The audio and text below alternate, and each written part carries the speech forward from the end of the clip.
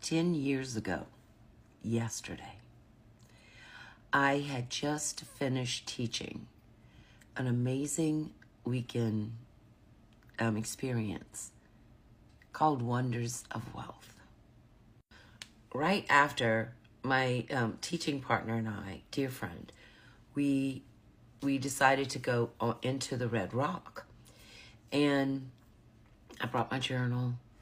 And at the time, I was married maybe a couple of years and to my now husband. And we had established everything. I had community homes for the handicapped. I still was doing some tech support for my software company. And I was traveling around teaching money freedom, money and life freedom. A course about like the next level of manifesting beyond the secret, okay? And 10 years ago, I was at a crossroads in my life. It was time for me to stop splitting myself between my companies and focus. I heard the inner voices, it's time for me to focus on what I've always really, really been here to teach. Like, it was time. It was time for me to write books. It was time for me to kind of pull away from the life I had created thus far, 50 some odd year life, that I felt by most accounts people judged as successful, driven, helped people, did things, a mover and a shaker. And isn't building any life, you're going to make mistakes. I've made many mistakes. In the summary of my life, my biggest mistakes will stand out right there, equal with what people and I judge as fabulous things too. And every human has them. There isn't one of us among us that doesn't. However, your brain will try to make you stop when you make mistakes. And I actually arrogantly thought that I would never stop, because it was one of those things, my tenacity. When I get a vision, I don't stop until it's realized. And this one, the vision I received in Sedona, in the Red Rock, when I asked for guidance, has totally transformed who I am in the past 10 years. Change is the only constant. Your suffering, my suffering, was me believing change is hard.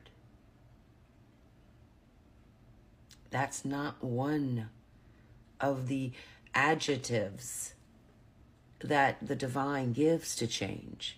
Change is actually fulfillment. Change is actually movement. Change is actually being connected to the flow. You see, because if you realize it, or if you don't, you really don't know what tomorrow's going to be. No one does. What you can be certain on and of, change is what you can count on. Now, so for the past 10 years, I have studied the science and the soul, the words and the stories that bring our consciousness to being in the now moment, which allows us to feel just amazing. However, when I began this, I was not who I am now. I was very uptight. I had lots of things I hadn't dealt with. I had spent a lifetime of helping people and not caring for myself. I was a burnt out personal growth, I was a burnt out goody two-shoes. Man, I was so burnt out. My people pleasing had run my adrenaline down to nothing. I didn't realize it when I was teaching, because when I was helping people, you understand, there is a euphoria. There's a euphoria that runs through the body when I channel. So I was addicted to teaching personal growth in order to feel good. And when I wasn't teaching, if I wasn't interacting with my children one-on-one, when I was by myself, I suffered. I suffered anxiety. I suffered self-loathing. All my inner voices would implode. And what I would do, I would go help the next person and not help myself. So I'm in the Red Rock, and I received the vision, and you know, you're going to move, you and your family, you're going to move to a little house, and that's where you're going to begin your major life's body of work. This integration time. And oh, the heavens had opened up. I wrote it in my journal. I texted my husband and I said, would you move? And I'm thinking I'm moving to Sedona or something, you know. Oh, would you move with me? And he goes, anywhere, baby, you're supposed to go, I'm there. And you know, that's just like so fabulous. So I'm on this great thing. So I get on the airplane to go home. Now, as soon as I get to my connecting place, about my last leg home, I get a phone call. Hello, can you please go get Dad? He broke his leg. None of us can. And my children were in online schools. So I could move. I moved. When I got off that plane, I never lived in any of the houses I had ever again. I went directly from the airport from Sedona to a building in the backyard of my childhood home that we called the shed. Now, in the exact environment I grew up in, I could not ignore my childhood wounds anymore. I could not hold my mind together at the stimulation of the same place in which my childhood wounding occurred.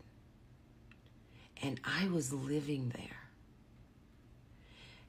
there in an environment with a heightened awareness and too many things to let go of in order to really know who I am. So what I'm here on TikTok to do is, first off, deliver the Course in Miracles. And the other thing is, if you're at a crossroads in your life and you're ready to stop living in the chaos, social media is fucking amazing. And you also need the discipline to know how to use it. Discernment, the science and soul of your words, learning your storyline, and being the master of what you rehearse, of your focus, of your purpose.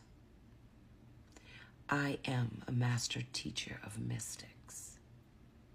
I am here to bring influencers, mystic influencers, to their level of their message and their reach. And I do that in simple, profound, and fun ways. Bringing you into the now moment is my job. You already know what you're here to do. Now it's time to get your dormant self activated. And let me initiate you to the influential space in your life. Mwah.